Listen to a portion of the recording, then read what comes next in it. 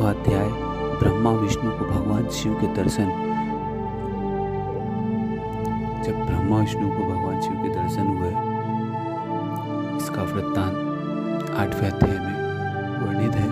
ब्रह्मा जी बोले, मुनि श्रेष्ठ नारद, हम दोनों देवता घमंड को भूलकर निरंतर भगवान शिव का स्मरण करने लगे। हमारे मन में ज्योतिर्लिंग के रूप में प्रकट परमेश्वर के वास्तविक स्वरूप का दर्शन करने की इच्छा और प्रबल हो गई। शिव शंकर गरीबों के प्रतिपालक, अहंकारियों के गर्व को चूर करने वाले तथा सबके अविनाशी पुत्र हुए हम पर दया करते हुए हमारी उपासना से प्रसन्न हो गए।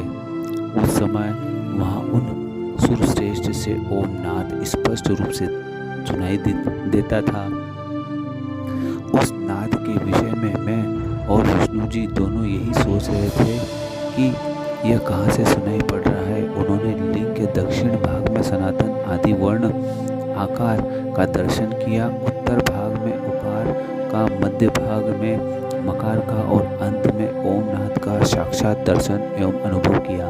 दक्षिण भाग में प्रकट हुए आकार का सूर्य मंडल के समान तेजोमय रूप देखकर जब उन्होंने उत्तर भाग में देखा तो वह अग्नि के समान दीप्तिशाली दिखाई दिया। तत्पश्चात ओम को देखा जो सूर्य और चंद्र मंडल की भांति स्थित थे, जिनके शुरू और अंत का कुछ पता नहीं था तथा सत्य, आनंद और अमृत स्वरूप पर ब्रह्मा परायण की ही दृष्टि गोचर हो रहा था। परंतु यह कहाँ से प्रकट हुआ? इस अग्नि स्तंभ की उत्पत्ति कहाँ से हुई है? यह श्री हरि सोचने लगे तथा उनकी परीक्षा लेने के संबंध में विचार करने लगे। तब श्री हरि ने भगवान शिव का चिंतन करते हुए वेद और शब्द के आवेश से युक्त हो अनुपम अग्नि स्तंभ के नीचे जाने का निर्णय लिया।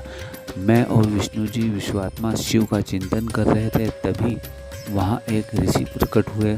उन्हीं ऋषि के द्वारा परमेश्वर विष्णु ने जाना कि इस शब्द ब्रह्मामय शरीर वाले परम लिंग के रूप में साक्षात पर ब्रह्मा स्वरूप महादेव जी प्रकट हुए हैं। ये चिंता रहित रुद्र है। पर ब्रह्मा परमात्मा शिव का वाचक प्रणव ही है। वह एक सत्य परम कारण अनंत अग्रत परापर और परब्रह्मा है। प्रणव के पहले अक्षर आकार से जगत के बीजभूत अर्थात ब्रह्मा जी का बोध होता है। दूसरे अक्षर उकार से सभी के कारण श्री हरि विष्णु का बोध होता है। तीसरा अक्षर मकार से भगवान शिव का ज्ञान होता है। अकार सृष्टि करता है, उकार मोह है, मोह में डालने वाला, और मकार नित्य अनुग्रह करने वाला है। मकार अर्थात भगवान शिव, बीजी अर्थात बीज के स्वामी है। तो अकार अर्थात ब्रह्मा जी बीज है, उकार अर्थात विष्णु जी योनि है, महेश्वर बीजी बीज और योनि है। इन सभी को नाद कहा गया है। बीजी अपने बीज को अनेक रूपों में विभक्त करते हैं। बीजी भगवान शिव के लिंग से उकार रूप योनि में स्थापित होकर चारों तरफ ऊपर की ओर बढ़ने लगा। वह दिव्य दंड कई वर्षों तक जल में रहा। हजारों वर्ष के बाद भगवान शिव ने इस अंड को 2 भागों में विभक्त कर दिया। तब इसके 2 भागों में से पहला सुवर्णमय कपाल ऊपर की ओर स्थित हो गया, जिससे स्वर्गलोक उत्पन्न हुआ। हर किसी के मन में सवाल उत्पन्न होता है, स्वर्ग कहाँ है, कैसे उत्पन्न हुआ? तो इस अध्याय को ध्यान से सुन लेना, पता चल जाएगा स्वर्ग कहाँ से, कैसे आया, किसने उत्पन्न किया। जिससे स्वर्गलोक उत्पन्न हुआ तथा कपाल के नीचे के भाग से 5 तत्वों वाली पृथ्वी प्रकट हुई। उस अंड से चतुर्मुख ब्रह्मा उत्पन्न हुए, जो समस्त लोकों के सृष्टा है। भगवान महेश्वर ही अ उ व म त्रिविध रूपों में वर्णित है, इसलिए ज्योतिर्लिंग स्वरूप सदाशिव को ओम कहा गया है। इसकी सिद्धि यजुर्वेद में भी होती है। देवेश्वर शिव को जानकर विष्णु जी ने शक्ति संभूत मंत्रों द्वारा उत्तम एवं महान अभ्युदय से शोभित भगवान शिव की स्तुति करनी शुरू कर दी।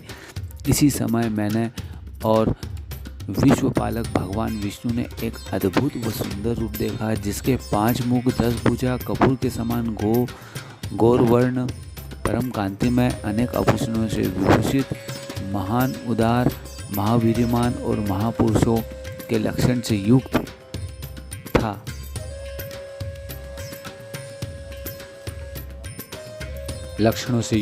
और जिसके दर्शन पाकर मैं और विष्णु जी धन्य हो गए। तब परमेश्वर महादेव भगवान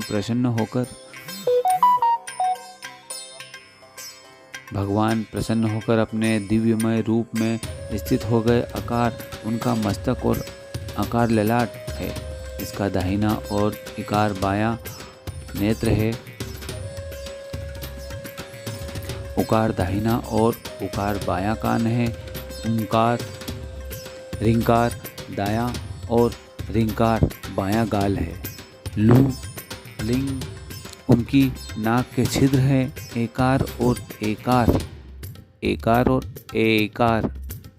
एड़ी का है। एकार और एकार उनके दोनों होठ हैं। ओकार और ओंकार उनकी दोनों दंत पंक्तियां है। अम और अह देवादिदेव शिव के तालु है। क आदि 5 अक्षर उनके दाहिने 5 हाथ हैं और च आदि बाएं 5 हाथ है। त और ट से शुरू 5 अक्षर उनके पैर है। पकार पेट है। फकार दाहिना और बकार दायां पार्श्व भाग है। भकार कंधा मकार हृदय है। हकार नाभि है। य से स तक के 7 अक्षर 7 धातु है, जिनसे भगवान शिव का शरीर बना है। आप इस अध्याय को और अभी मैंने जो पढ़ा इसे बार बार सुनना, इससे आपको पता चलेगा भगवान शिव की उत्पत्ति किन से हुई है। इस प्रकार भगवान महादेव व भगवती उमा के दर्शन कर हम दोनों कृतार्थ हो गए। हमने उनके चरणों में प्रणाम किया। तब हमें 5 कलाओं से युक्त ओंकार जनित मंत्र का साक्षात्कार हुआ। तत्पश्चात महादेव जी ओम तत्व मसी महावाक्य दृष्टिगोचर हुआ, जो परम उत्तम मंत्र रूप है। इसके बाद धर्म और अर्थ का साधक बुद्धि स्वरूप 24 अक्षरी गायत्री मंत्र प्रकट हुआ, जो पुरुषार्थ रूपी फल देने वाला है। तत्पश्चात मृत्युंजय मंत्र, फिर पंचाक्षर मंत्र तथा दक्षिणामूर्ति व चिंतामणि का साक्षात्कार हुआ। इन 5 मंत्रों को विष्णु भगवान ने ग्रहण कर अपना आरंभ किया। ईशो के मुकुट मणि ईशान है, जो पुरातत्व पुरुष है, हृदय को प्रिय लगने वाले, जिनके चरण सुंदर है, जो सांप का आभूषण के रूप में धारण करते हैं, जिनके पैर व नेत्र सभी और है, जो मुझ ब्रह्मा के अधिपति कल्याणकारी और सृष्टि पालन एवं संहार करने वाले उन वरदायक शिव की मेरे साथ भगवान विष्णु ने प्रिय वैष्णव द्वारा संतुष्ट चित्त से स्तुति की। 9वां अध्याय देवी उमा एवं भगवान शिव का प्राकट्य एवं उपदेश देना। ब्रह्मा जी बोले, नारद भगवान विष्णु द्वारा की गई अपनी स्तुति सुनकर कल्याणमयी शिव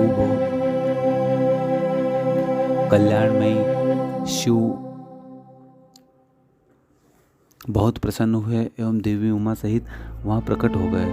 भगवान शिव के 5 मुख थे और हर मुख में 3-3 नेत्र थे। मस्तक में चंद्रमा, सिर पर जटा तथा संपूर्ण अंगों में विभूति लगा रखी थी। 10 भुजा वाले गले में नीलकंठ आभूषणों से विभूषित और माथे पर भस्म का त्रिपुंड लगाए थे। उनका यह रूप मन को मोहित करने वाला और परम आनंदमयी था। महादेव जी के साथ भगवती उमा ने भी हमें दर्शन दिए। उनको देखते हुए और विष्णु जी ने पुनः उनकी स्तुति करनी शुरू कर दी। ध्यान रखिए, भगवान शिव को सभी देवता एक ही तरीके से मनाते हैं भगवान शिव की स्तुति, और भगवान शिव की स्तुति सुनना परम आनंदमयी है। तब पापों का नाश करने वाले तथा अपने भक्तों पर सदा कृपा दृष्टि रखने वाले महेश्वर ने मुझे और भगवान विष्णु को श्वास से वेद का उपदेश दिया। सोचो, भगवान विष्णु को श्वास से वेद का उपदेश दे दिया। तत्पश्चात उन्होंने हमें गुप्त ज्ञान प्रदान किया। वेद का ज्ञान प्राप्त कर कृतार्थ हुए विष्णु जी और मैंने भगवान शिव और देवी के सामने अपने दोनों हाथ जोड़कर नमस्कार किया तथा प्रार्थना की। विष्णु जी ने पूछा, हे देव, आप किस प्रकार प्रसन्न होते हैं तथा किस प्रकार आपकी पूजा और ध्यान करना चाहिए, कृपया कर हमें इसके बारे में बताएं तथा सदुपदेश देकर धन्य करें। ब्रह्मा जी कहते हैं, नारद जी इस प्रकार श्री हरि की यह बात सुनकर अत्यंत प्रसन्न हुए। कृपा निधान शिव ने प्रीतिपूर्वक यह बात की। श्री शिव बोले, मैं तुम दोनों की भक्ति से प्रसन्न हूँ। मेरे इसी रूप का पूजन व चिंतन करना चाहिए। तुम दोनों महाबली हो, मेरे दाएं बाएं अंगों से तुम प्रकट हुए हो। लोक पिता ब्रह्मा मेरे दाहिने पार्श्व से और पालनहार विष्णु मेरे बाएं पार्श्व से प्रकट हुए। मैं तुम पर भली भांति प्रसन्न हूँ और तुम्हें मनोवांछित फल देता हूँ। तुम दोनों की भक्ति सुदृढ़ हो। मेरी आज्ञा का पालन करते हुए ब्रह्मा जी आप जगत की रचना करें। ब्रह्मा जी को सौंप दिया जगत की रचना का कार्य, और विष्णु जी आप इस जगत का पालन करें। मतलब पालन पोषण करने का काम दे दिया विष्णु जी को, और ब्रह्मा जी को सौंप दिया जगत की रचना करना। भगवान विष्णु बोले, हे प्रभु, यदि आपके हृदय में हमारी भक्ति से प्रीति उत्पन्न हुई है और आप हम पर प्रसन्न होकर हमें वर देना चाहते हैं, तो हम यही वर मांगते हैं कि हमारे हृदय में सदैव आपकी अनन्य एवं अविचल भक्ति बनी रहे। ब्रह्मा जी बोले, नारद, विष्णु जी की यह बात सुनकर भगवान शंकर प्रसन्न हुए। तब हमने दोनों हाथ जोड़कर उन्हें प्रणाम किया। शिव जी कहते हैं, मैं सृष्टि पालन और संहार का करता हूँ। मेरा स्वरूप सगुण और निर्गुण है। मैं ही सच्चिदानंद निर्विकार पर ब्रह्मा और परमात्मा हूँ। सृष्टि की रचना, रक्षा और प्रलय रूप गुणों के कारण मैं ही ब्रह्मा, विष्णु और रुद्र नाम धारण कर 3 रूपों में विभक्त हुआ हूँ। मैं भक्त वत्सल हूँ और भक्तों की प्रार्थना को सदैव पूरी करता हूँ। मेरे इसी अंश से रुद्र की उत्पत्ति होगी। पूजा की विधि विधान की दृष्टि से हम में कोई अंतर नहीं होगा। विष्णु, ब्रह्मा और रुद्र तीनों एक रूप होंगे। इनमें भेद नहीं है। इनमें जो भेद मानेगा वह घोर नरक को भोगेगा। मेरा शिव रूप सनातन है तथा सभी का मूलभूत रूप है। यह सत्य ज्ञान एवं अनंत ब्रह्मा है। ऐसा जानकर मेरे यथार्थ स्वरूप का दर्शन करना चाहिए। मैं स्वयं ब्रह्मा जी के भ्रुकुटी से प्रकट होऊंगा। ब्रह्मा जी, आप सृष्टि के निर्माता बनो। ब्रह्मा जी, आप सृष्टि के निर्माता बनो। श्री हरि विष्णु इसका पालन करें तथा मेरे अंश से प्रकट होने वाले रुद्र प्रलय करने वाले हैं। अर्थात ब्रह्मा, विष्णु, महेश तीनों को अपने काम सौंप दिए गए। उमा नाम से विख्यात परमेश्वरी प्रकृति देवी है।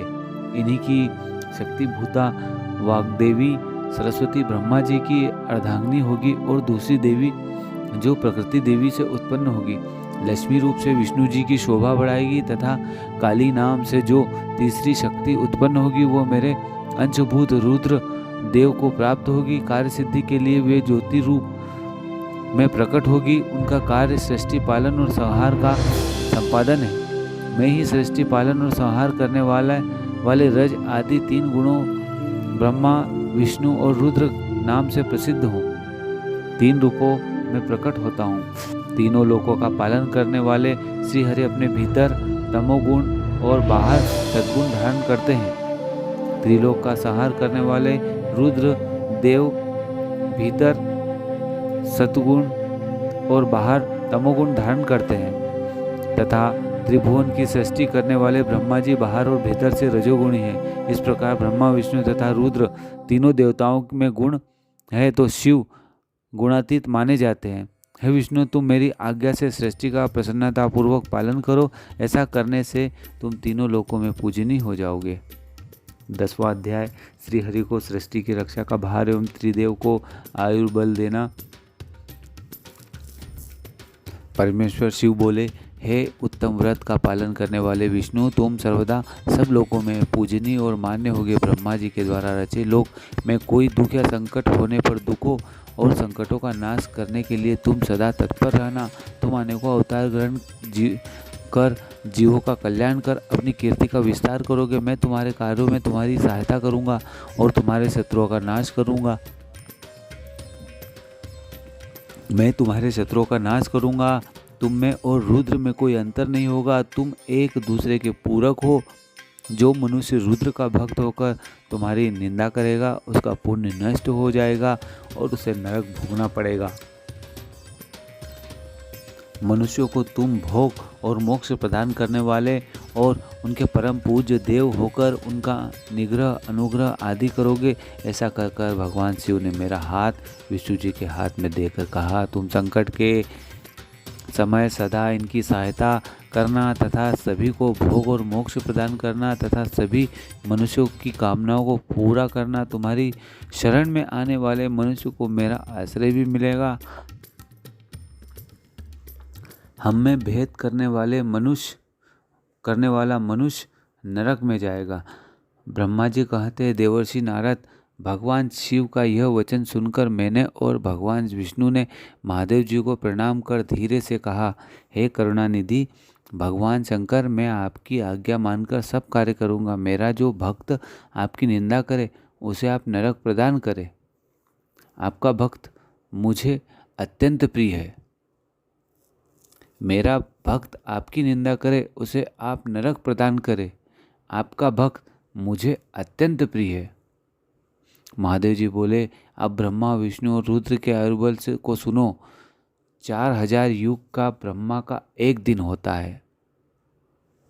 ध्यान रहे, ब्रह्मा जी की, भगवान विष्णु जी की, रुद्र जी की आयुर्बल और इनकी उम्र के बारे में जानकारी विस्तृत और सही और सटीक है, क्योंकि यह शिव पुराण है, कहीं और से नहीं लिया गया है। ये केवल शिव पुराण है। शिव पुराण में ये सत्य बात है कि महादेव जी ने ही इनकी आयु की गणना की है। 4000 युग का ब्रह्मा का एक दिन होता है और 4000 युग की एक रात होती है। 30 दिन का एक महीना और 12 महीनों का एक वर्ष होता है। इस प्रकार के वर्ष प्रमाण से ब्रह्मा की 100 वर्ष की आयु होती है और ब्रह्मा का एक वर्ष विष्णु का एक दिन होता है। वह भी इसी प्रकार से 100 वर्ष जिएंगे तथा विष्णु का एक वर्ष रुद्र के एक दिन के बराबर होगा और वह भी इसी क्रम से 100 वर्ष तक स्थित रहेंगे। तब शिव के मुख से एक ऐसा श्वास प्रकट होता है जिसमें उनके 21,600 दिन और रात होते हैं। उनके 6 बार सांस अंदर लेने और छोड़ने का एक पल और 8 घड़ी का एक दिन होता है। उनके सांसों की कोई संख्या नहीं है, इसलिए वे अक्षय हैं। अतः तुम मेरी आज्ञा से सृष्टि का निर्माण करो। उनके वचनों को सुनकर विष्णु जी ने उन्हें प्रणाम करते हुए कहा कि आपकी आज्ञा मेरे लिए शिरोधार्य है। यह सुनकर भगवान शिव ने उन्हें आशीर्वाद दिया और अंतर्ध्यान हो गए। उसी समय से लिंग पूजा आरंभ हो गई। 11वां अध्याय शिव पूजन की विधि तथा फल प्राप्ति। शिव पूजा की विधि क्या है?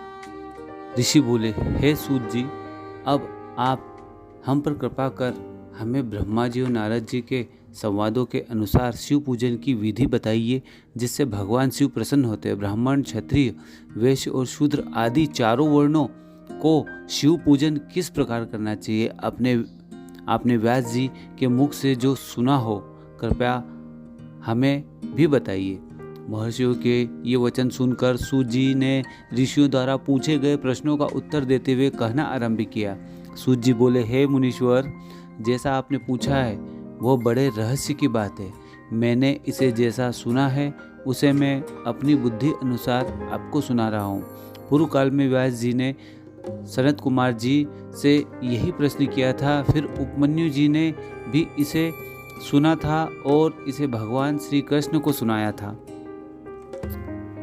वही सब मैं अब ब्रह्मा नारद संवाद के रूप में आपको बता रहा हूँ। ब्रह्मा जी ने कहा, भगवान शिव की भक्ति सुखमय, निर्मल एवं सनातन रूप है तथा समस्त मनोवांछित फलों को देने वाली है।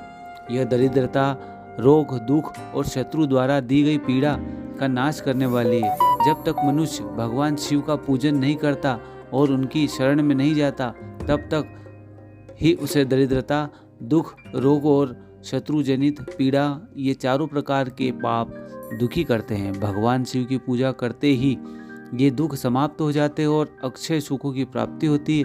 वो सभी भोगों को प्राप्त कर अंत में मोक्ष प्राप्त होता है।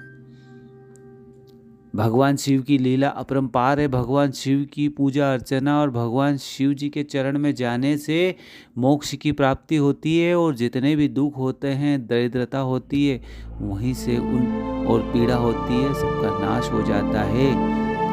इसका सार यही है। ब्राह्मण, क्षत्रिय, वैश्य, शूद्र को सभी कामनाओं तथा प्रयोजनों की सिद्धि के लिए विधि अनुसार पूजा उपासना करनी चाहिए। ब्रह्म मुहूर्त में उठकर गुरु तथा शिव का स्मरण करके तीर्थों का चिंतन एवं भगवान विष्णु का ध्यान करें। फिर मेरा स्मरण चिंतन करके स्तोत्र पाठ पूर्वक शंकर जी का विधि पूर्वक नाम ले। तत्पश्चात उठकर शौच क्रिया करने के लिए दक्षिण दिशा में जाए तथा मलमूत्र त्याग करे। ब्राह्मण गुदा की शुद्धि के लिए उसमें 5 बार शुद्ध मिट्टी का लेप करे और धोए। क्षत्रिय 4 बार, वैश्य 3 बार और शूद्र 2 बार, यही क्रम करे। तत्पश्चात बाएं हाथ में 10 बार और दोनों हाथ में 7 बार मिट्टी लगाकर धोए। प्रत्येक पैर में 3-3 बार मिट्टी लगाएं। स्त्रियों को भी इसी प्रकार क्रम से करते हुए शुद्ध मिट्टी से हाथ पैर धोने चाहिए। ब्राह्मण को 12 अंगुल, क्षत्रिय को 11, वैश्य को प्रत्येक पैर में 3-3 बार मिट्टी लगाएं। स्त्रियों को भी इसी प्रकार क्रम से करते हुए शुद्ध मिट्टी से हाथ पैर धोने चाहिए। ब्राह्मण को 12 अंगुल, क्षत्रिय को 11, वैश्य को 10 और शूद्र को 9 अंगुल की दातुन करनी चाहिए। मंजूर?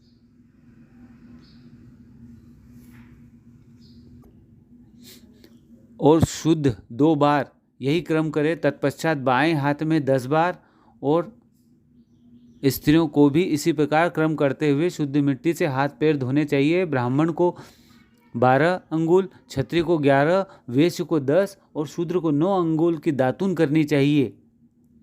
षष्ठी, अमावस्या, नवमी व्रत के दिन, सूर्यास्त के समय, रविवार और श्राद्ध के दिन दातुन नहीं करना चाहिए। इतने दिन दातुन नहीं करना चाहिए। षष्ठी, अमावस्या, नवमी व्रत के दिन, सूर्यास्त के समय और रविवार और श्राद्ध के दिन दातुन नहीं करना चाहिए। दातुन के पश्चात जलाशय में जाकर स्नान करें तथा विशेष देश काल आने पर मंत्रोच्चार पूर्वक स्नान करें। फिर एकांत स्थान पर बैठकर विधि पूर्वक संध्या करें तथा इसके पश्चात विधि विधान से शिव जी की पूजा करें, आरंभ करें। तदुपरांत मन को सुस्थिर करके पूजा गृह में प्रवेश करे तथा आसन पर बैठ जाए। मन को सुस्थिर मतलब मन को एकाग्रचित करके, मन को शांत करके, मन को पूजा में, भगवान में शिव जी का ही रमण करना है। मन में शिव जी का ही नाम लेना है। घर के बारे में, घर की किसी चीज़ के बारे में, व्यक्तियों के बारे में सबको भूल जाना है। मन को सुस्थिर करने का मतलब यही है कि मन को शिव जी में लगाना है, पूरी तरीके से भगवान शिव में ही लगाना है। सर्वप्रथम गणेश जी का पूजन करें, उसके उपरांत शिव जी की स्थापना करें। 3 बार आचमन करें। 3 प्राणायाम करते समय त्रिनेत्रधारी शिव का ध्यान करें। महादेव जी के 5 मुख, महादेव जी के 5 मुख है, 10 भुजाएं हैं, जिनकी स्फटिक के समान उज्जवल कांति है। सब प्रकार के आभूषण उनके श्री अंगों को विभूषित करते हैं तथा वे बांधवर बांधे हुए हैं। फिर प्रणव मंत्र अर्थात ओंकार से शिवजी की पूजा आरंभ करें। पाद्य, अर्घ्य और आचमन के लिए पात्रों को तैयार करें। 9 कलश स्थापित करें तथा उन्हें कुशाओं से ढककर रखें। कुशाओं से जल लेकर ही सबका प्रक्षालन करें। तत्पश्चात सभी कलशों में शीतल जल डालें। खस और चंदन को पात्र में रखें। चमेली के फूल, शीतल चीनी, कपूर, बड़ की जड़ तथा तमाल का चूर्ण बना ले और आचमनीय के पात्र में डाले। इलायची और चंदन को भी सभी पात्रों में डाले। देवाधिदेव महादेव जी के सामने नंदीश्वर का पूजन करें। गंध, धूप तथा दीपों द्वारा भगवान शिव की आराधना आरंभ करें। सगोजात प्रपगामी मंत्र से शिवजी का आह्वान करें। सजोजातम प्रपगातिम मंत्र से शिवजी का आह्वान करें। एक बार पुनः सगोजातम प्रपद्यामी मंत्र से शिवजी का आह्वान करें। ओम वामदेवाय नमः मंत्र द्वारा भगवान महेश्वर को आसन पर स्थापित करें। फिर ईशान सर्व विद्यानाम मंत्र से आराध्य देव का पूजन करें। पाद्य और आचमनी अर्पित कर अर्घ्य दे। तत्पश्चात गंध और चंदन मिले हुए जल से भगवान शिव को विधि पूर्वक स्नान कराए। तत्पश्चात पंचामृत से भगवान शिव को स्नान कराए। पंचामृत के 5 तत्व दूध, दही, शहद, गन्ने का रस तथा घी से नहलाकर महादेव जी के प्रणव मंत्र मतलब ओम को बोलते हुए उनका अभिषेक करें। जल पात्रों में शुद्ध व शीतल जल ले। सर्वप्रथम महादेव जी के लिंग पर कुश, अपामार्ग, कपूर, चमेली, चंपा, गुलाब, सफ़ेद कनेर, बेला, कमल और उत्पल पुष्पों एवं चंदन को चढ़ाकर पूजा करें। उन पर अनवरत जल की धारा गिरने की भी व्यवस्था करें। जल से भरे पात्रों से महेश्वर को नहलाए। मंत्रों से भी पूजा करनी चाहिए। ऐसी पूजा समस्त अभिष्ट फलों को देने वाली होती है, मनोवांछित फल देने वाली होती है, सारी इच्छाएं पूर्ण करने वाली होती है। पावमान मंत्र, रुद्र मंत्र, नीलरुद्र मंत्र। पावमान मंत्र, रुद्र मंत्र, नीलरुद्र मंत्र, पुरुष सूक्त, श्री सूक्त, अर्थ शीर्ष मंत्र, शांति मंत्र, भारुण मंत्र, स्थितर साम, मृत्युंजय मंत्र एवं पंचाक्षर मंत्रों से पूजन करें। भगवान शिवजी की मंत्रों से भी पूजा होती है, मंत्रों से भी पूजा करना चाहिए। शिवलिंग पर 1 सहस्त्र या 100 जल धाराएं गिराने की व्यवस्था करें। इस प्रतीक के समान निर्मल, अविनाशी, सर्वलोकमय परमदेव जो आरंभ और अंत से हीन तथा रोगियों के औषधि के समान है, जिन्हें शिव के नाम से पहचाना जाता है एवं जो शिवलिंग के रूप में विख्यात है, उन भगवान शिव के मस्तक पर धूप, दीप, नैवेद्य और तांबूल आदि मंत्रों द्वारा अर्पित करें। अर्घ्य देकर भगवान शिव के चरणों में फूल अर्पित करें। फिर महेश्वर को प्रणाम कर आत्मा से शिवजी की आराधना करें और प्रार्थना करते समय हाथ में फूल ले भगवान शिव की से क्षमा याचना करें। हे भगवान, हमसे जो भी गलती हुई है हमें क्षमा करें। करते हुए कहे, हे कल्याणकारी शिव, मैंने अनजाने में अथवा जानबूझकर जो जप तप पूजा आदि सत्कर्म किए हो, आपकी कृपा से वे सफल हो, और जो मुझसे कमियां या गलतियां हुई है उसकी मुझे क्षमा करें। मैं क्षमा प्रार्थी हूँ। हर्षित मन से शिवजी को फूल अर्पित करे। स्वास्थ्य वाचन कर अनेक आशीर्वाद ग्रहण करे। भगवान शिव से प्रार्थना करें कि प्रत्येक जन्म में मेरी शिव में भक्ति हो तथा शिव ही मेरे शरणदाता हो। इस प्रकार परम भक्ति से उनका पूजन करे, फिर सपरिवार भगवान को नमस्कार करे।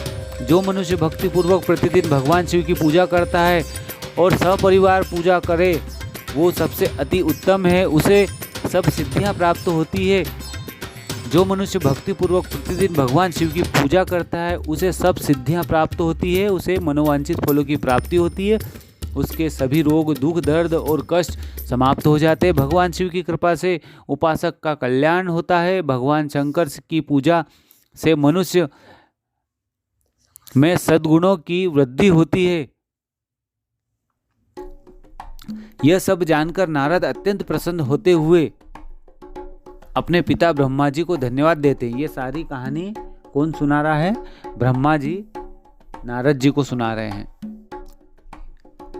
ब्रह्मा जी को धन्यवाद देते हुए नारेश्वर जी बोले कि आपने मुझ पर कृपा कर मुझे शिव पूजन की अमृत विधि बताई है। शिव भक्ति समस्त भोग और मोक्ष प्रदान करने वाली है। 12वां अध्याय, देवताओं को उपदेश देना। देवताओं को उपदेश दिया, उसी उपदेश के बारे में 12वें अध्याय में हम वर्णन करेंगे। नारद जी बोले, ब्रह्मा जी आप धन्य हैं, क्योंकि आपने अपनी बुद्धि और शिव चरणों में अपनी बुद्धि को शिव चरणों में लगा रखा है। कृपा कर इस आनंदमय विषय का वर्णन विस्तार पुनः कीजिए। ब्रह्मा जी ने कहा, है नारद जी, एक समय की बात है, मैंने सब और से देवताओं और ऋषियों को बुलाया और क्षीर सागर के तट पर भगवान विष्णु की स्तुति कर उन्हें प्रसन्न किया। भगवान विष्णु प्रसन्न होकर बोले, हे ब्रह्मा जी एवं अन्य देवगणों, आप यहाँ क्यों पधारे हैं? आपके मन में क्या इच्छा है? आप अपनी समस्या बताइए, मैं निश्चय ही उसे दूर करने का प्रयत्न करूंगा। यह सुनकर ब्रह्मा जी बोले, हे भगवान, दुखों को दूर करने के लिए किस देवता की सेवा करनी चाहिए? तब भगवान विष्णु ने उनके प्रश्न का उत्तर देते हुए कहा, हे ब्राह्मण, भगवान शिव शंकर ही सब दुखों को दूर करने वाले हैं। सब सुख की कामना करने वाले मनुष्यों को उनकी भक्ति में सदैव लगे रहना चाहिए। उन्हीं में मन लगाए और उन्हीं का चिंतन करे। जो मनुष्य शिव भक्ति में लीन रहता है, जिसके मन में वे विराजमान है, वह मनुष्य कभी दुखी नहीं हो सकता, उसे दुख छू भी नहीं सकता, बशर्ते वो शिव में रम जाए। भगवान शिव को अर्पित करे। दुखी हो तो भगवान की लीला समझे, सुखी हो तो भगवान की लीला समझे और शिव जी में रम जाए। पूर्व जन्म में किए गए पाप पुण्य एवं शिव भक्ति से ही पुरुषों को सुंदर भवन आभूषण से विभूषित स्त्रियां, मन का संतोष, धन संपदा, स्वस्थ शरीर, पुत्र पौत्र, अलौकिक प्रतिष्ठा, स्वर्ग के सुख एवं मोक्ष की प्राप्ति होती है। जो स्त्री या पुरुष प्रतिदिन भक्ति पूर्वक शिवलिंग की पूजा करता है, उसको हर जगह सफलता प्राप्त होती है, वो पापों के बंधन से छूट जाता है। ब्रह्मा जी एवं अन्य गणों ने भगवान विष्णु के उपदेश को ध्यानपूर्वक सुना। भगवान विष्णु को प्रणाम कर कामनाओं की पूर्ति हेतु उन्होंने शिवलिंग की प्रार्थना की। तब श्री विष्णु ने विश्वकर्मा को बुलाकर कहा, हे मुने, तुम मेरी आज्ञा से देवताओं के लिए शिवलिंगों का निर्माण करो। तब विश्वकर्मा ने मेरी और श्री हरि की आज्ञा को मानते हुए देवताओं के लिए उनके अनुसार लिंगों का निर्माण कर उन्हें प्रदान किया। मुनि श्रेष्ठ नारद जी, सभी देवताओं को प्राप्त शिवलिंगों के विषय में सुनो। सभी देवता अपने द्वारा प्राप्त लिंग की पूजा उपासना करते हैं। पद्म पराग मणि का लिंग इंद्र को दिया, सोने का कुबेर को दिया, पुखराज का धर्मराज को दिया, श्यामवर्ण का वरुण को और इंद्रनीलमणि शिवलिंग विष्णु जी को दिया और ब्रह्मा जी को हेमलय लिंग को प्राप्त कर उसका भक्ति पूर्वक पूजन करते हैं। इसी प्रकार विश्वदेव चांदी के लिंग की और वसुगण पीतल के बने लिंग की भक्ति करते हैं। पीतल का अश्विनी कुमारों को, स्फटिक का लक्ष्मी जी को, तांबे का आदित्यों को और मोती का शिवलिंग चंद्रमा को प्रदान किया। वज्रलिंग ब्राह्मणों के लिए, वो मिट्टी का शिवलिंग ब्राह्मणों की स्त्रियों के लिए। मयासुर चंदन द्वारा बने लिंग का निर्माण का और नागों द्वारा मूंगे के बने शिवलिंग का आदरपूर्वक पूजन किया जाता है। देवी मक्खन के बने शिवलिंग की अर्चना करती है। योगी जन भस्ममय लिंग की, यक्षगण दधि से निर्मित लिंग की, छाया देवी आटे के लिंग और ब्रह्मपत्नी रत्नमय शिवलिंग की पूजा करती है और बाणासुर पार्थिव लिंग की पूजा करता है। भगवान विष्णु ने देवताओं को उनके हित के लिए जब तक ज्ञान की प्राप्ति न हो तब तक कर्मों से ही आराधना करें। इस संसार में जो जो वस्तु सत असत रूप में दिखती है अथवा सुनाई देती है वह पर ब्रह्मा शिव स्वरूप है, शिव रूप है। तत्व ज्ञान न होने तक देव की मूर्ति का पूजन न करें। अपनी जाति के लिए अपनाए गए कर्म का प्रयत्न पूर्वक पालन करें। आराध्य देव का पूजन श्रद्धा पूर्वक करें ताकि क्योंकि पूजन और दान से ही हमारी सभी विघ्न व बाधाएं दूर होती है। जिस प्रकार मैले कपड़े पर रंग अच्छे से नहीं चढ़ता परंतु साफ कपड़े पर अच्छी तरह से रंग चढ़ता है, उसी प्रकार देवताओं की पूजा अर्चना से मनुष्य का शरीर पूर्णतया निर्मल हो जाता है। उस पर ज्ञान का रंग चढ़ता है और वह भेदभाव आदि बंधनों से छूट जाता है। बंधन से छूटने पर उसके सभी दुख दर्द समाप्त हो जाते हैं। अर्थात भगवान की पूजा करना अर्थात अपने आप को भगवान में रमना और मोह माया से मुक्त मनुष्य शिव पद प्राप्त कर लेता है। मनुष्य जब तक गृहस्थ आश्रम में रहे तब तक सभी देवताओं में श्रेष्ठ भगवान शंकर की मूर्ति का प्रेम पूर्वक पूजन करे। भगवान शंकर ही सभी देवों के मूल है, उनकी पूजा से बढ़कर कुछ भी नहीं है। जिस प्रकार वृक्ष की जड़ में पानी से सींचने पर जड़ एवं शाखाएं सभी तृप्त हो जाती, उसी प्रकार भगवान शिव की भक्ति है। अतः मनोवांछित फलों की प्राप्ति के लिए शिवजी की पूजा करनी चाहिए। अभिष्ट फलों की प्राप्ति तथा सिद्धि के लिए समस्त प्राणियों को सदैव लोक कल्याणकारी भगवान शिव का पूजन करना चाहिए। 13वां अध्याय शिव पूजन की श्रेष्ठ विधि।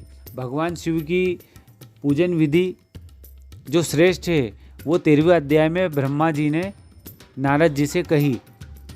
13वां अध्याय शिव पूजन की श्रेष्ठ विधि। ब्रह्मा जी कहते हैं, नारद जी अब मैं शिव पूजन की सर्वोत्तम विधि बताता हूँ। यह विधि समस्त अभिष्ट व सुखों को प्रदान करने वाली है। उपासक ब्रह्म मुहूर्त में उठकर जगदम्बा पार्वती और भगवान शिव का स्मरण करे। दोनों हाथ जोड़कर उनके सामने सिर झुकाकर भक्तिपूर्वक प्रार्थना करे, हे देवेश उठिए, हे त्रिलोकीनाथ उठिए, मेरे हृदय में निवास करने वाले देव उठिए और पूरे ब्रह्मांड का मंगल करिए। हे प्रभु, मैं धर्म अधर्म को नहीं मानता हूँ, आपकी प्रेरणा से ही मैं कार्य करता हूँ। 13वें अध्याय में शिव पूजन की श्रेष्ठ विधि बताई गई है, जो भगवान शिव के लिए पूजा की श्रेष्ठ विधि। ब्रह्मा जी कहते हैं, हे नारद, अब मैं शिव पूजन की सर्वोत्तम विधि बताता हूँ।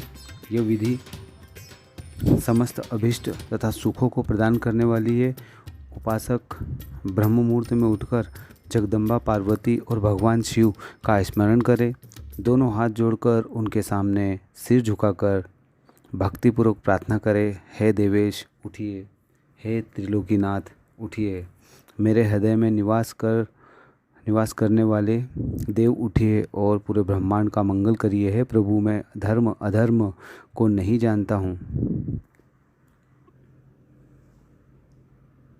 आपकी प्रेरणा से ही मैं कार्य करता हूँ। फिर गुरु चरणों का ध्यान करते हुए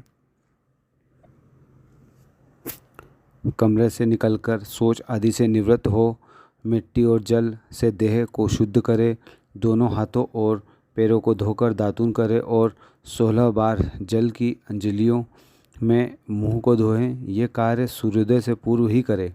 हे देवताओं और ऋषियों, षष्ठी, प्रतिपदा, अमावस्या, नवमी और रविवार के दिन दातुन न करें। नदी अथवा घर में समय से स्नान करें। मनुष्य को देश और काल के विरुद्ध स्नान नहीं करना चाहिए। रविवार, श्राद्ध, संक्रांति, ग्रहण, महादान और उपवास वाले दिन गर्म जल में स्नान न करें। क्रम से वारों को देखकर ही तेल लगाए। जो मनुष्य नियम पूर्वक रोज तेल लगाता है उसके लिए तेल लगाना किसी भी दिन दूषित नहीं है। सरसों के तेल को ग्रहण के दिन प्रयोग में न लाए। उसके उपरांत स्नान पूर्व या उत्तर की ओर मुख करके स्नान के उपरांत स्वच्छ अर्थात धुले हुए वस्त्र धारण करें। दूसरों के पहने हुए अथवा रात में सोते समय पहने वस्त्रों को बिना धुले धारण न करें। स्नान के बाद पितरों एवं देवताओं को प्रसन्न करने हेतु तर्पण करें। उसके बाद धुले हुए वस्त्र धारण करें और आचमन करें। पूजा हेतु स्नान को गोबर आदि से लीपकर शुद्ध करें। वहाँ लकड़ी के आसन की व्यवस्था करें। ऐसा आसन अभिष्ट फल देने वाला है। उस आसन पर बिछाने के लिए मृग अर्थात हिरण की खाल की व्यवस्था करें। उस पर बैठकर भस्म से त्रिपुंड लगाए। त्रिपुंड से जप, तप तथा दान सफल होता है। त्रिपुंड लगाकर रुद्राक्ष धारण करें। तत्पश्चात मंत्रों का उच्चारण करते हुए आचमन करें। पूजा सामग्री को एकत्रित करें। फिर जल, गंध और अक्षत के पात्र को दाहिने भाग में रखें। फिर गुरु की आज्ञा लेकर उनका ध्यान करते हुए सपरिवार शिव पूजन करें। विघ्न विनाशक गणेश जी का बुद्धि सिद्धि सहित पूजन करें। ओम गणपते नमः का जाप करके उन्हें नमस्कार करें तथा क्षमा याचना करें। कार्तिकेय ओम गणेश जी का एक साथ पूजन करें तथा उन्हें बारंबार नमस्कार करें। फिर द्वार पर स्थित लंबोदर नामक द्वारपाल की पूजा करें। तत्पश्चात भगवती देवी की पूजा करें। चंदन, कुमकुम, धूप, दीप और नैवेद्य से पूजा करें। शिव जी की पूजा करें। प्रेम पूर्वक नमस्कार करें। अपने घर में मिट्टी, सोना, चांदी, धातु या अन्य किसी धातु की शिव प्रतिमा बनाएं। भक्तिपूर्वक शिव जी की पूजा कर उन्हें नमस्कार करें। मिट्टी का शिवलिंग बनाकर विधि पूर्वक उसकी स्थापना करें तथा उसकी प्राण प्रतिष्ठा करें। घर में भी मंत्रोच्चार करते हुए पूजा करनी चाहिए। पूजा उत्तर की ओर मुख करके करनी चाहिए। आसन पर बैठकर गुरु को नमस्कार करें। अर्घ्य पात्र से शिवलिंग पर जल चढ़ाए। शांत मन से पूर्ण श्रद्धावन होकर महादेव जी का आह्वान इस प्रकार करें। जो कैलाश के शिखर पर निवास करते हैं और पार्वती देवी के पति है, उनके स्वरूप का वर्णन शास्त्रों में है, जो समस्त देवताओं के लिए पूजित है, जिनके 5 मुख, 10 हाथ तथा प्रत्येक मुख पर 3-3 नेत्र है, जो सिर पर चंद्रमा का मुकुट और जटा धारण किए हुए हैं, जिनका रंग कपूर के समान है, जो बाघ की खाल बांधते हैं, जिनके गले में वासुकी नामक नाग लिपटा है, जो सभी मनुष्यों को शरण देते हैं, और सभी भक्तगण जिनकी जय जयकार करते हैं, जिनका सभी वेद और शास्त्रों में गुणगान किया गया है, ब्रह्मा विष्णु जिनकी स्तुति करते हैं, जो परम आनंद देने वाले तथा भक्त वत्सल है, ऐसे देवों के देव महादेव भगवान शिव जी का मैं आह्वान करता हूँ। इस प्रकार आह्वान करने के पश्चात उनका आसन स्थापित करें। आसन के बाद शिव जी को पाद्य और अर्घ्य दे। पंचामृत के द्रव्यों द्वारा शिवलिंग को स्नान कराए तथा मंत्रों सहित द्रव्य अर्पित करें। स्नान के पश्चात सुगंधित चंदन का लेप करें तथा सुगंधित जलधारा से उनका अभिषेक करें। फिर आचमन कर जल दे और वस्त्र अर्पित करें। मंत्रों द्वारा भगवान शिव को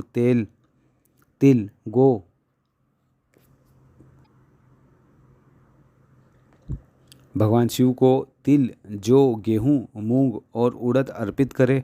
पुष्प चढ़ाए। शिव जी के प्रत्येक मुख पर कमल, शतपत्र, शंख पुष्प, कुश पुष्प, धतूरा, मंदार, द्रोण पुष्प, तुलसी दल तथा बेलपत्र चढ़ाकर पराभक्ति से महेश्वर की विशेष पूजा करें।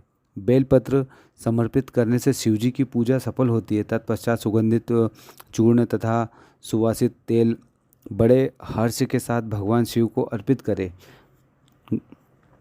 गूगल और अगरू की धूप दे, घी का दीपक जलाए। प्रभु शंकर, हम नमस्कार करते हैं। आप अर्घ्य को स्वीकार करके मुझे रूप दीजिए, यश दीजिए और भोग व मोक्ष रूपी फल प्रदान कीजिए। यह कहकर अर्घ्य अर्पित करे, नैवेद्य व तांबूल अर्पित करे, 5 बत्ती की आरती करे। 4 बार पैरों में, 2 बार नाभि के सामने, 1 बार मुख के सामने तथा संपूर्ण शरीर में 7 बार आरती दिखाए। तत्पश्चात शिव जी की परिक्रमा करे। हे प्रभु शिव शंकर, मैंने अज्ञान से अथवा जानबूझकर जो पूजन किया है वो आपकी कृपा से सफल हो। भगवान, मेरे प्राण आप में लगे हैं, मेरा मन सदा आपका ही चिंतन करता है। हे गौरीनाथ, भूतनाथ, आप मुझ पर प्रसन्न होइए। प्रभु, जिनके पैर लड़खड़ाते हैं उनका आप ही एकमात्र सहारा है। जिन्होंने कोई भी अपराध किया है उनके लिए आप ही शरणदाता हैं। यह प्रार्थना करके पुष्पांजलि अर्पित करें तथा पुनः भगवान शिव को नमस्कार करें। देवेश्वर प्रभु, अब आप परिवार सहित अपने स्थान को पधारे तथा जब पूजा का समय हो तब पुनः यहाँ पधारे। इस प्रकार भगवान शंकर की प्रार्थना करते हुए उनका विसर्जन करें और उस जल को अपने हृदय में लगाकर मस्तक पर लगाएं। हे महर्षियों, इस प्रकार मैंने आपको शिव पूजन की सर्वोत्तम विधि बताई है जो भोग और मोक्ष को प्रदान करने वाली है। ऋषिगण बोले, हे ब्रह्मा जी, आप सर्वश्रेष्ठ हैं। आपने हम पर कृपा कर शिव पूजन की सर्वोत्तम विधि का वर्णन हमसे किया है, जिसे सुनकर हम कृतार्थ हो गए हैं। 14वां अध्याय, पुष्पों द्वारा शिव का महात्म्य। फूलों द्वारा भगवान शिव का क्या महात्म्य है, यह हम 14वें अध्याय में सुनेंगे। पुष्पों द्वारा भगवान शिव पूजा का क्या महात्म्य है, क्योंकि भगवान शिव के पूजा के लिए पुष्पों का विशेष महत्व है। ऋषियों ने पूछा, हे महाभाग, अब आप यह बताइए कि भगवान शिव जी की किन किन फूलों से पूजा करनी चाहिए। विभिन्न फूलों से पूजा करने पर क्या क्या फल प्राप्त होते हैं। अलग अलग तरह के फूलों की से पूजा शिव जी की करने से अलग अलग तरह के फल प्राप्त होते हैं। सूत जी बोले, हे ऋषियों, यदि प्रश्न नारद जी ने ब्रह्मा जी से किया। सूत जी बोले, हे ऋषियों, यही प्रश्न नारद जी ने ब्रह्मा जी से किया था। ब्रह्मा जी ने उन्हें पुष्पों द्वारा शिव जी की पूजा के महात्म्य को बताया। ब्रह्मा जी ने कहा, नारद, लक्ष्मी अर्थात धन की कामना करने वाले मनुष्य को कमल के फूल, बेलपत्र, शतपत्र और शंख पुष्प से भगवान शिव का पूजन करनी चाहिए। 1 लाख पुष्पों द्वारा भगवान शिव की पूजा होने पर सभी पापों का नाश हो जाता है और लक्ष्मी की प्राप्ति होती है। 1 लाख फूलों से शिव जी की पूजा करने से मनुष्य को संपूर्ण अभीष्ट फलों की प्राप्ति होती है। जिसके मन में कोई कामना न हो वह उपासक इस पूजा से शिव स्वरूप हो जाता है। महामृत्युंजय मंत्र के 5 लाख जाप पूरे होने पर महादेव के स्वरूप के दर्शन हो जाते हैं। 1 लाख जाप से शरीर की शुद्धि होती है। दूसरे लाख के जाप से पहले जन्म की बातें याद आ जाती है। बहुत विचित्र बात है कि जब महामृत्युंजय मंत्र का पहले 1 लाख बार जप करते हैं तो शरीर की शुद्धि हो जाती है, पूर्ण रूप से शुद्ध हो जाता है वो शरीर, फिर कभी अशुद्ध नहीं होता। और दूसरे लाख के जप से पहले जन्म की जो बातें हैं वो सब याद आ जाती है। और तीसरे लाख जाप के पूर्ण होने पर इच्छा की गई सभी वस्तुओं की प्राप्ति हो जाती है। 14 लाख जाप पूर्ण होने पर भगवान शिव सपनों में दर्शन देते हैं। अगर 4 लाख बार इसका जाप पूर्ण हो जाता है तो भगवान शिव सपनों में दर्शन देते हैं। और 5 लाख जाप पूरा होने पर वे प्रत्यक्ष दर्शन देते हैं। महामृत्युंजय मंत्र के 10 लाख जाप करने से संपूर्ण फलों की सिद्धि होती है। मोक्ष की कामना करने वाले मनुष्य को 1 लाख दर्भो अर्थात दुर्वा जो मोक्ष की कामना रखने वाले हैं, उस मनुष्य को 1,00,000 दुर्वा से शिव पूजन करना चाहिए। आयु वृद्धि की इच्छा करने वाले मनुष्य को 1,00,000 दुर्वाओं द्वारा पूजन करना चाहिए। पुत्र प्राप्ति की इच्छा रखने वाले मनुष्य को 1,00,000 धतूरे के फूलों से पूजा करनी चाहिए। पूजन में लाल डंठल वाले धतूरे को शुभदायक माना जाता है। यश प्राप्ति के लिए 1,00,000 अगस्त्य के फूलों से पूजा करनी चाहिए। तुलसी दल द्वारा शिवजी की पूजा करने से भोग और मोक्ष की प्राप्ति होती है। अड़हुल, जवा, कुसुम के 1,00,000 फूलों से पूजा करने पर शत्रुओं की मृत्यु होती है। 1,00,000 करवीर के फूलों से शिव पूजन करने पर समस्त रोगों का नाश हो जाता है। दोपहरिया के फूलों के पूजन से आभूषण तथा चमेली के फूलों से पूजन करने से वाहन की प्राप्ति होती है।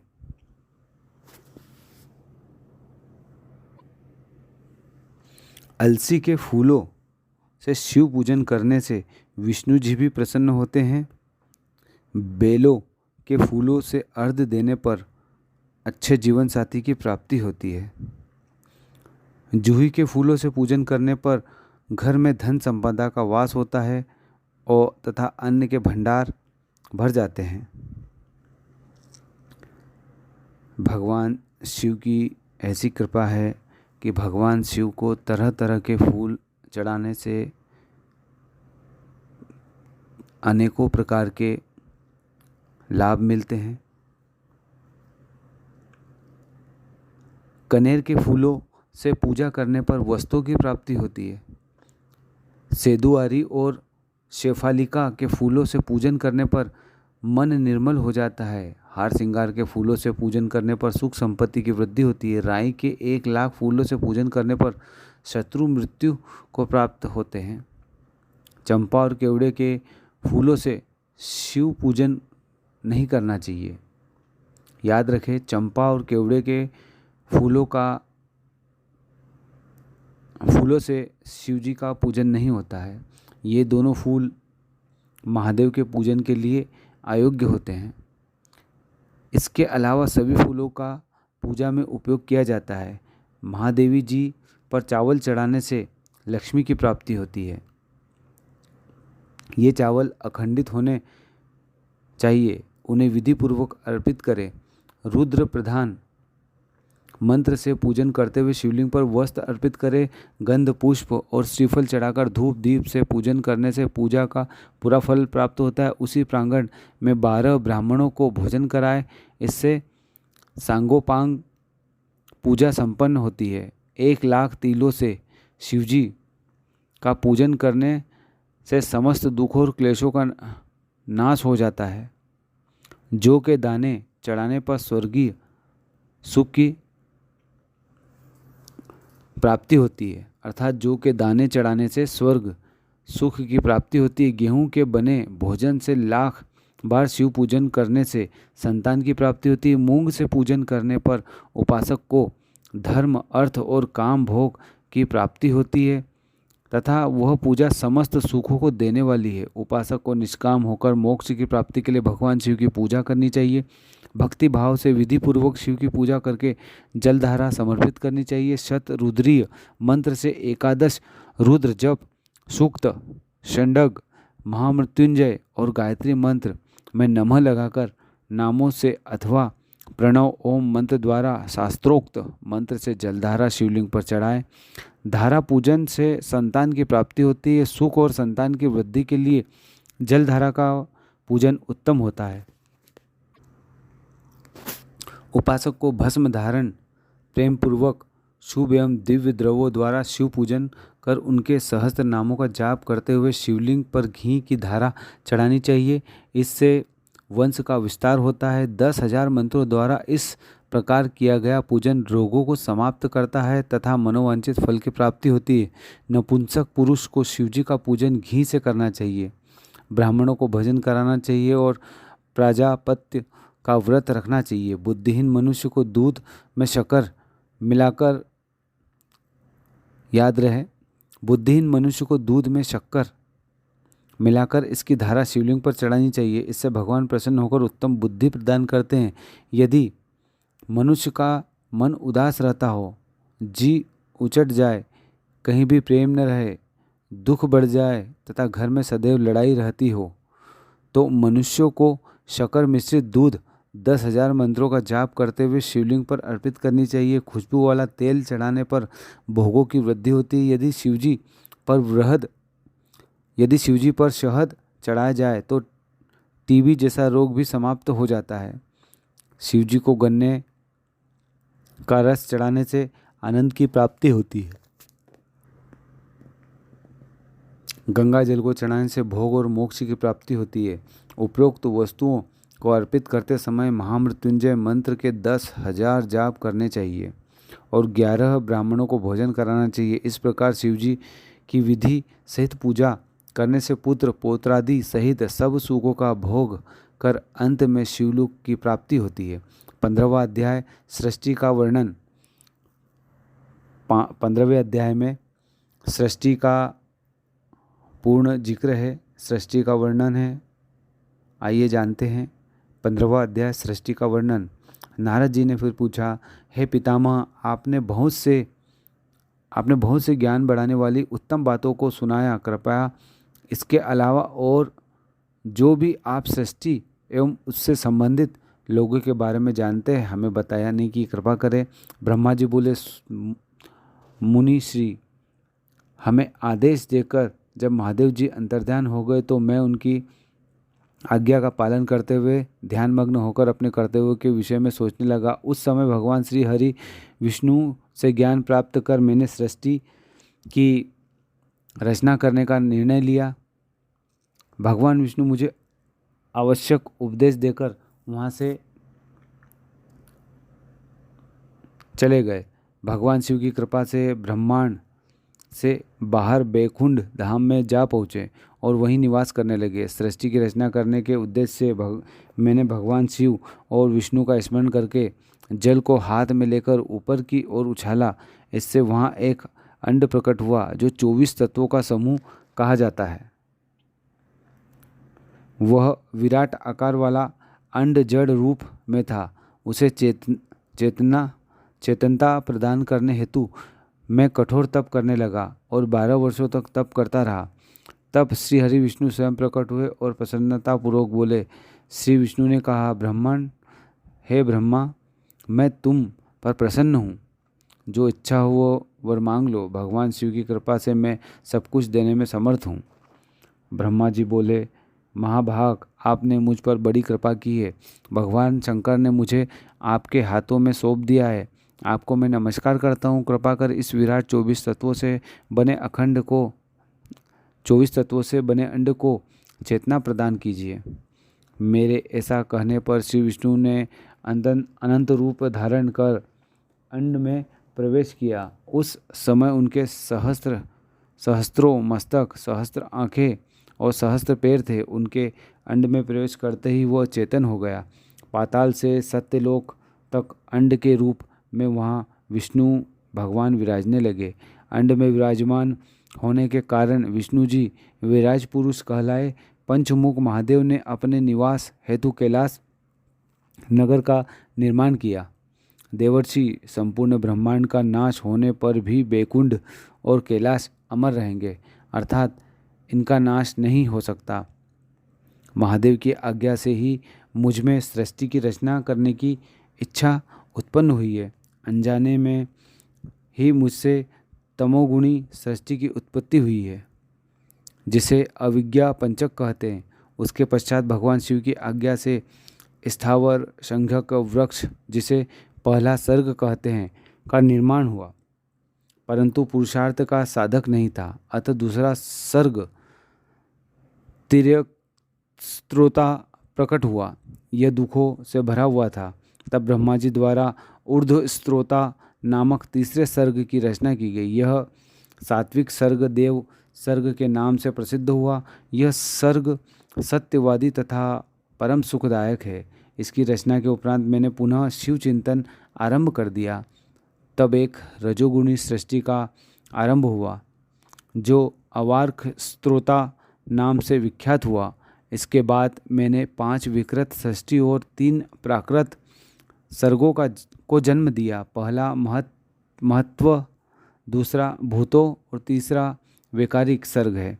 इसके अलावा 5 विकृत सर्ग है। दोनों को मिलाकर कुल 8 सर्ग होते हैं। 9वां कौमार सर्ग है, जिससे सनंदन कुमारों की रचना हुई। सनत आदि मेरे 4 मानस पुत्र हैं, जो ब्रह्मा के समान हैं। वे महान व्रत का पालन करने वाले हैं। वे संसार से विमुख एवं ज्ञानी हैं। उनका मन शिव चिंतन में लगा रहता है। मुनि नारद मेरी आज्ञा पाकर भी उन्होंने सृष्टि के कार्य में मन नहीं लगाया। इससे मुझ में क्रोध प्रवेश कर गया। तब भगवान विष्णु ने मुझे समझाया और भगवान शिव की तपस्या करने के लिए कहा। मेरी घोर तपस्या से मेरी बाहों और नाक के मध्य भाग से महेश्वर की 3 मूर्तियां प्रकट हुई, जो पूर्णांश, सर्वेश्वर एवं दया सागर थी, और भगवान शिव का अर्धनारीश्वर रूप प्रकट हुआ। जन्म मरण से रहित परम तेजस्वी सर्वज्ञ नीलकंठ साक्षात उमा वल्लभ भगवान महादेव के साक्षात दर्शन कर मैं धन्य हो गया। मैंने भक्ति भाव से उन्हें प्रणाम किया और उन्हें प्रसन्न करने के लिए उनकी स्तुति करने लगा। तब मैंने भगवान शिव को मनाने के लिए सारे देवता भगवान शिव की स्तुति करते थे। उसी स्तुति की बात हो रही है यहाँ पे। तब मैंने उनसे जीवों की रचना करने की प्रार्थना की। मेरी प्रार्थना स्वीकारते हुए देवादिदेव भगवान शिव ने रुद्र गणों की रचना की। तब मैंने उनसे पुनः कहा, देवेश्वर, हे देवों के देव शिवशंकर, अब आप संसार की मोह माया में लिप्त ऐसे जीवों की रचना करें जो मृत्यु और जन्म के बंधनों से बंधे हो। यह सुनकर महादेव जी हंसते हुए कहने लगे। शिव जी ने कहा हंसते हुए, हे ब्रह्मा, मैं जन्म और मृत्यु के भय में लिप्त जीवों की रचना नहीं करूँगा, क्योंकि वे जीव संसार रूपी बंधन में बंधे होने के कारण दुखों से युक्त होंगे। मैं सिर्फ उनका उद्धार करूँगा, उन्हें परम ज्ञान प्रदान कर उनके ज्ञान का विकास करूँगा। हे प्रजापते, इन जीवों की रचना आप करें। जीवों की रचना का बोलकर भगवान शिव ने कहा, मोह माया के बंधनों में बंधे इस प्रकार के जीवों की सृष्टि करने पर भी आप इस माया में नहीं बंधेंगे। मुझसे इस प्रकार कहकर महादेव शिव शंकर अपने पार्षदों के साथ वहाँ से अंतर्ध्यान हो गए। 16वां अध्याय, सृष्टि की उत्पत्ति। 16वां अध्याय में हम सृष्टि की उत्पत्ति के बारे में देखेंगे। 15वें अध्याय में सृष्टि का वर्णन हुआ और 16वां अध्याय जिसमें सृष्टि की उत्पत्ति किस तरीके से हुई। ब्रह्मा जी बोले, नारद जी, शब्द आदि पंचभूतों द्वारा पंचकरण करके उनके स्थूल आकाश, वायु, अग्नि, जल और पृथ्वी, पर्वत, समुद्र, वृक्ष और कला आदि से युगों और कालों की मैंने रचना की तथा और भी कई पदार्थ मैंने बनाए। उत्पत्ति और विनाश वाले पदार्थों का भी मैंने निर्माण किया है, परंतु जब इससे भी मुझे संतोष नहीं हुआ तो मैंने माँ अम्बा सहित भगवान शिव का ध्यान करके सृष्टि के अन्य पदार्थों की रचना की है और अपने नेत्रों से मरीच को, हृदय से भृगु को, सिर से अंगिरा को, कान से मुनिश्रेष्ठ पुलह को, उदान से पुलत्स्य को, समान से वशिष्ठ को, अपान से कुतु को, दोनों कानों से अत्रि को, प्राण से दक्ष को और गोद से तुमको, छाया से कर्दम मुनि को उत्पन्न किया। सब साधनाओं के साधन धर्म को भी मैंने अपने संकल्प से प्रकट किया। मुनिश्रेष्ठ, इस तरह साधकों की रचना करके महादेव जी की कृपा से मैंने अपने को कृतार्थ माना। मेरे संकल्प से उत्पन्न धर्म मेरी आज्ञा से मानव का रूप धारण कर साधन में लग गए।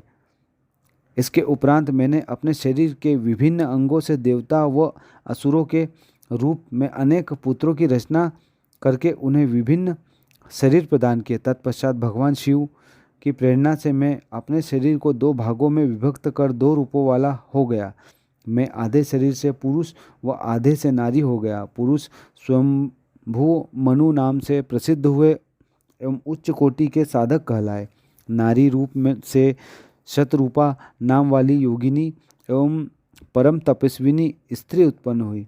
मनु ने वैवाहिक विधि से अत्यंत सुंदरी शतरूपा का पानी ग्रहण किया और मैथुन द्वारा सृष्टि को उत्पन्न करने लगे।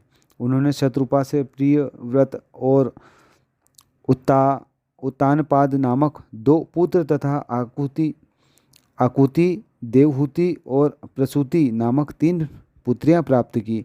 आकुति का रुचि मुनि से, देवहूति का कर्दम मुनि से तथा प्रसूति का दक्ष प्रजापति के साथ विवाह कर दिया।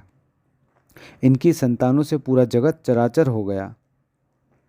रुचि और आकृति के वैवाहिक संबंध में यज्ञ और दक्षिणा नामक स्त्री पुरुष का जोड़ा उत्पन्न हुआ। यज्ञ की दक्षिणा से 12 पुरुष हुए।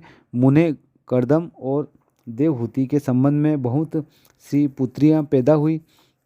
दक्ष और प्रसूति से 24 कन्याएं हुई। दक्ष ने 13 कन्याओं का विवाह धर्म से कर दिया।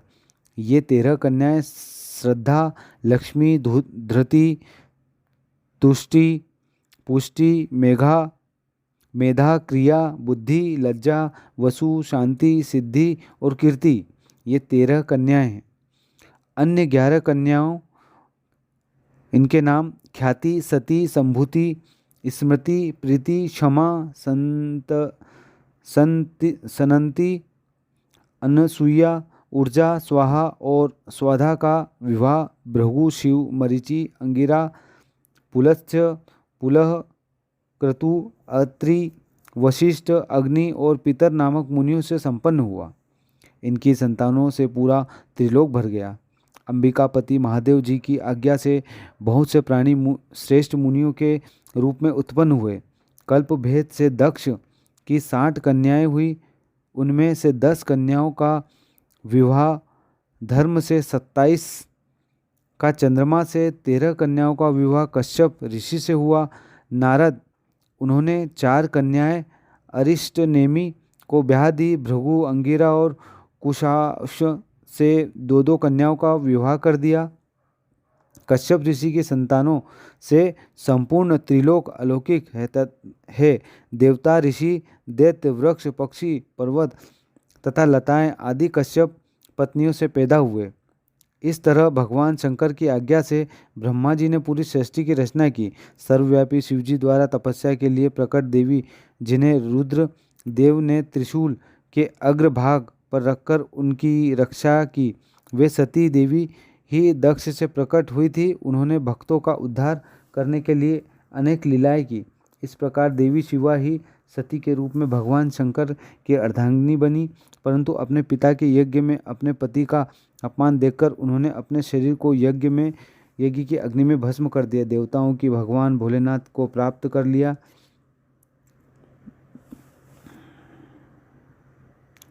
कठिन तपस्या करके उन्होंने भगवान भोलेनाथ को प्राप्त कर लिया।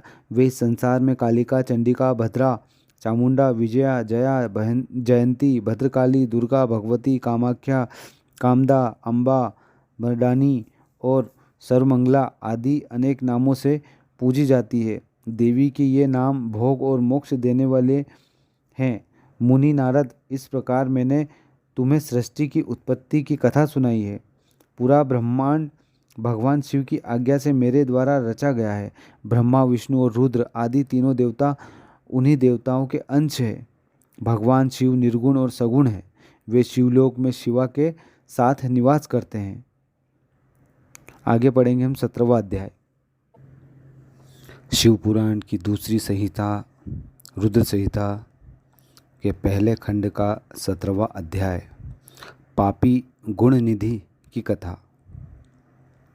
सूत जी कहते हैं, हे ऋषियों, तत्पश्चात नारद जी ने विनयपूर्वक प्रणाम किया और उनसे पूछा, भगवान शंकर कैलाश पर कब गए और महात्मा कुबेर से उनकी मित्रता कहाँ और कैसे हुई? प्रभु शिवजी कैलाश पर क्या करते हैं? कृपा करके मुझे बताइए।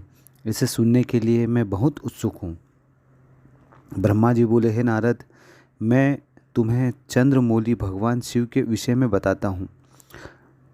कांपितल्य कांपिल्य नगर में यज्ञदत्त दीक्षित नामक एक ब्राह्मण रहते थे, जो अत्यंत प्रसिद्ध थे। वे यज्ञ विद्या में बड़े पारंगत थे। उनका गुणनिधि नामक एक 8 वर्षीय पुत्र था। उसका यज्ञोपवीत हो चुका था और वह भी बहुत सी विद्याएं जानता था, परंतु वह दुराचारी और जुआरी हो गया। वह हर वक्त खेलता कूदता रहता था तथा गाने बजाने वालों का साथी हो गया था। माता के बहुत कहने पर भी वह पिता के समीप नहीं जाता था और उनकी किसी आज्ञा को नहीं मानता था। उसके पिता घर के कार्यों तथा दीक्षा आदि देने में लगे रहते थे। जब घर पर आकर अपनी पत्नी से गुणनिधि के बारे में पूछते तो वह झूठ कह देती कि वह कहीं स्नान करने या देवताओं का पूजन करने गया है। केवल एक ही पुत्र होने के कारण वह अपने पुत्र की कमियों को छुपाती रहती थी। उन्होंने अपने पुत्र का विवाह भी करा दिया। माता नित्य अपने पुत्र को समझाती थी। वह उसे यह भी समझाती थी कि तुम्हारी बुरी आदतों के बारे में तुम्हारे पिता को पता चल गया तो वे क्रोध में के आवेश में हम दोनों को मार देंगे। परंतु गुणनिधि पर माँ के समझाने का कोई प्रभाव नहीं पड़ता था। एक दिन उसने अपने पिता की अंगूठी चुरा ली और उसे जुए में हराया। देवयोग से उसके पिता को अंगूठी के विषय में पता चल गया। जब उन्होंने अंगूठी जुआरी के हाथ में देखी और उससे पूछा तो जुआरी ने कहा, मैंने कोई चोरी नहीं की है। अंगूठी मुझे तुम्हारे पुत्र ने ही दी है। यही नहीं बल्कि उसने और जुआरियों को भी बहुत सारा धन घर से लाकर दिया है। परंतु आश्चर्य तो यह है कि तुम जैसे पंडित भी अपने पुत्र के लक्षणों को नहीं जान पाए। यह सारी बातें सुनकर पंडित दीक्षित का सिर धर्म से यही सारी बातें सुनकर एक पंडित दीक्षित का सिर शर्म से झुक गया। वे सिर झुकाकर और अपना मुंह ढककर अपने घर की ओर चल दिए। घर पहुंचकर गुस्से से उन्होंने अपनी पत्नी को पुकारा। अपनी पत्नी से उन्होंने पूछा, तेरा लाडला पुत्र कहाँ है? मेरी अंगूठी जो मैंने सुबह तुम्हें दी थी वह कहाँ है? मुझे जल्दी से दे दो। पंडित की पत्नी ने फिर झूठ बोल दिया, मुझे स्मरण नहीं है कि वह कहाँ है। अब तो दीक्षित जी को और भी क्रोध आ गया। वे अपनी पत्नी से बोले, तू बड़ी सत्यवादिनी है, इसलिए जब भी गुणनिधि के बारे में पूछता हूँ तब मुझे अपनी बातों से बहला देती है। यह कहकर दीक्षित जी घर के अन्य सामानों को ढूंढने लगे, किंतु उन्हें कोई वस्तु न मिली, क्योंकि वे सब वस्तुएं गुणनिधि जुए में हार चुका था। क्रोध में आकर पंडित ने अपनी पत्नी और पुत्र को घर से निकाल दिया और दूसरा विवाह कर लिया। 18वां अध्याय, गुणनिधि को मोक्ष की प्राप्ति। ब्रह्मा जी बोले, हे नारद, जब यह समाचार गुणनिधि को मिला तो उसे अपने भविष्य की चिंता हुई। वह कई दिनों तक भूखा प्यासा भटकता रहा। एक दिन भूख प्यास से व्याकुल वह एक शिव मंदिर के पास बैठ गया। एक शिव भक्त अपने परिवार सहित शिव पूजन के लिए विविध सामग्री लेकर वहां आया था। उसके परिवार सहित भगवान शिव पूजन के लिए विविध सामग्री लेकर वहाँ आया था। उसके परिवार सहित भगवान शिव का विधि विधान से पूजन किया और नाना प्रकार के पकवान शिवलिंग पर चढ़ाए। पूजन के बाद वे लोग वहाँ से चले गए तो गुणनिधि ने भूख से मजबूर होकर उस भोग को चोरी करने का विचार किया और मंदिर में चला गया। उस समय अंधेरा हो चुका था, इसलिए उसने अपने वस्त्र को जलाकर उजाला किया। यह मानो उसने भगवान शिव के सम्मुख दीप जलाकर दीपदान किया था। जैसे ही वह सब भोग उठाकर भागने लगा, उसके पैरों की धमक से लोगों को पता चल गया कि उसने मंदिर में चोरी की है। सभी उसे पकड़ने के लिए दौड़े और उसका पीछा करने लगे। नगर के लोगों ने उसे खूब मारा। उनकी मार को उसका भूखा शरीर सहन नहीं कर सका। उसके प्राण पखेरु पखेरु उड़ गए। उसके कुकर्मों के कारण यमदूत उसको बांधकर ले जा रहे थे। तभी भगवान शिव के पार्षद वहां आ गए और गुणनिधि को यमदूतों के बंधनों से मुक्त करा दिया।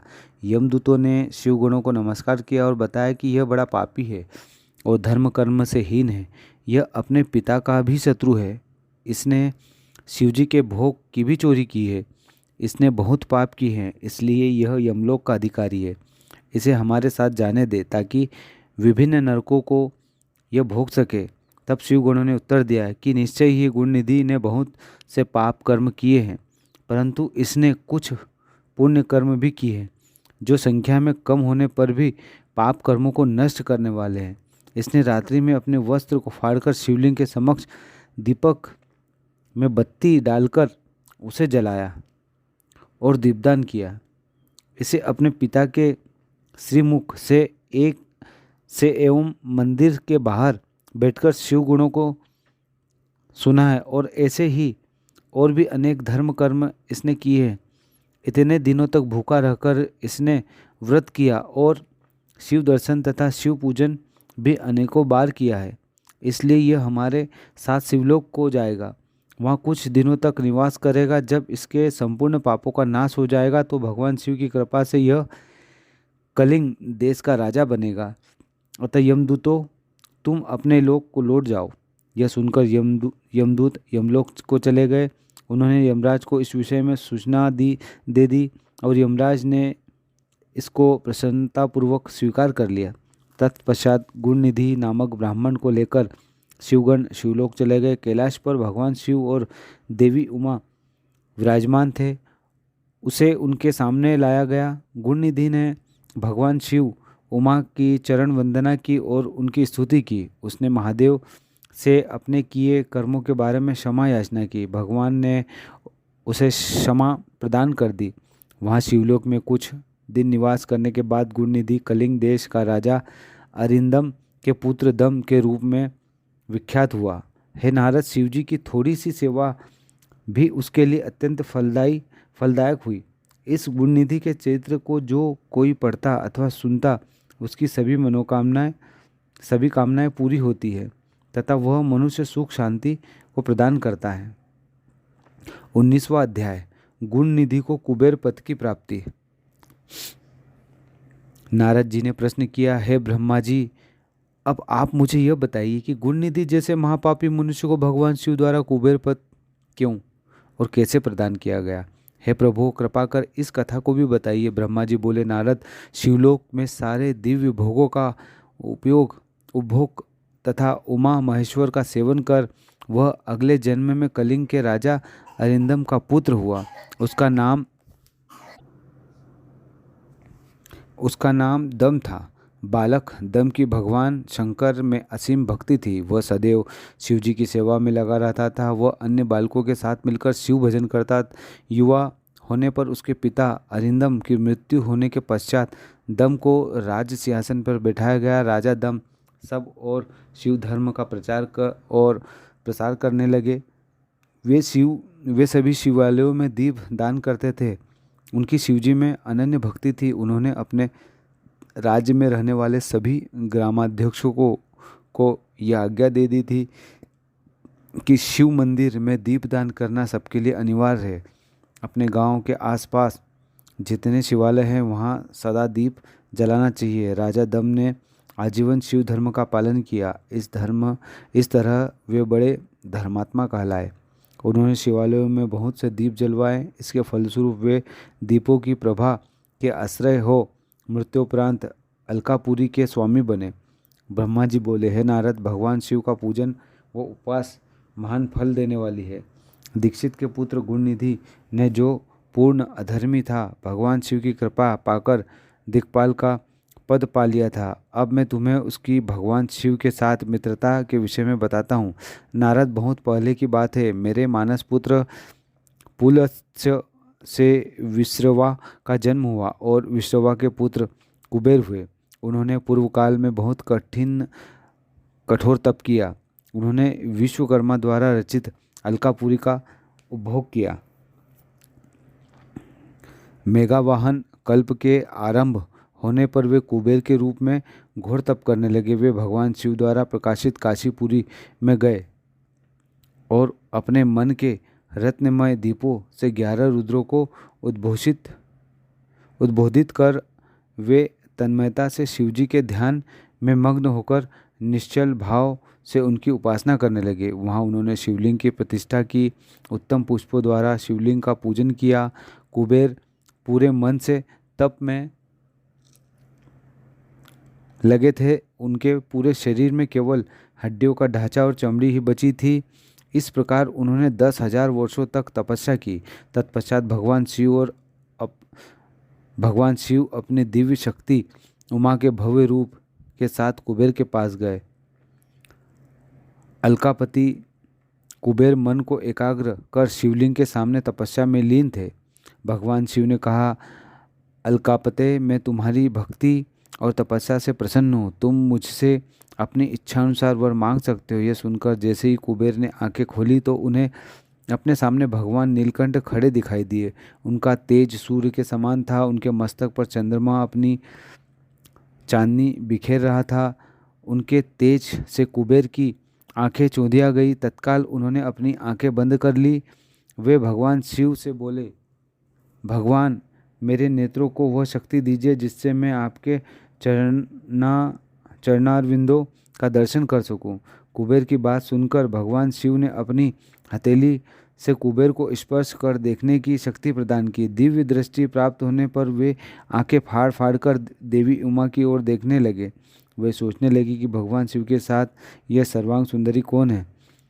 इसने ऐसा कौन सा तप किया है जो इसे भगवान शिव की कृपा से उनका समीप्य रूप और सौभाग्य प्राप्त हुआ है। वे देवी उमा को निरंतर देखते ही जा रहे थे।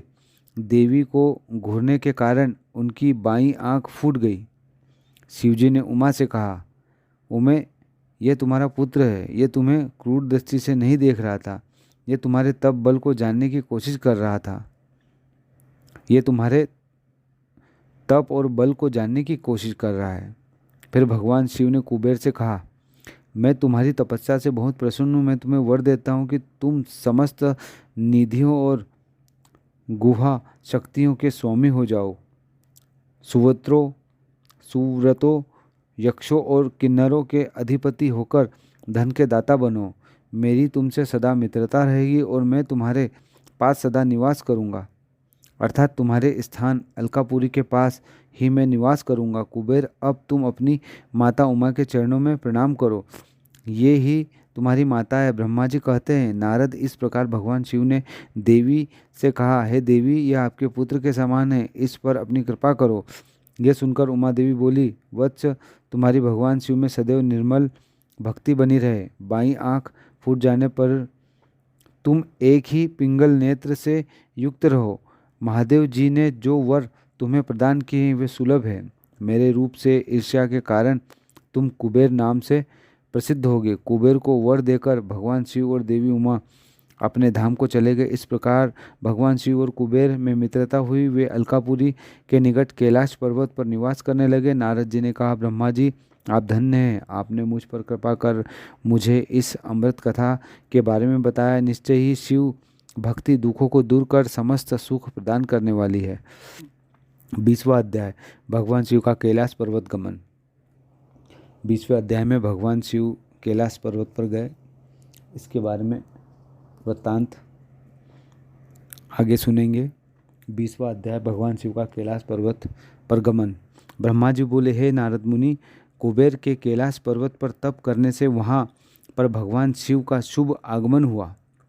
कुबेर को वर देने वाले विश्वेश्वर शिव जब निधिपति होने का वर देकर अंतर्धान हो गए, तब उनके मन में विचार आया कि मैं अपने रुद्र रूप में, जिसका जन्म ब्रह्मा जी के ललाट से हुआ है और संहारक है, कैलाश पर्वत पर निवास करूंगा। शिव की इच्छा से कैलाश जाने के इच्छुक रुद्रदेव ने बड़े जोर जोर से अपना डमरू बजाना शुरू कर दिया।